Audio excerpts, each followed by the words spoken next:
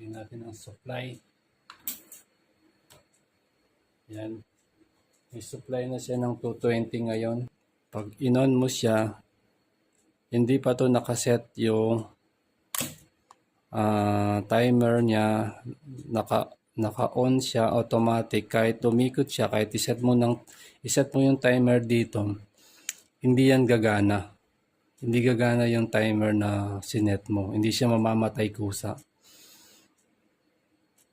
Pag in-on mo yung pump, automatic under na siya.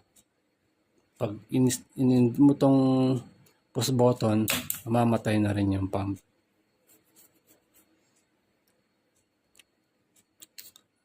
Ngayon, i-auto natin siya. Ayan. Naka-auto siya, naka-set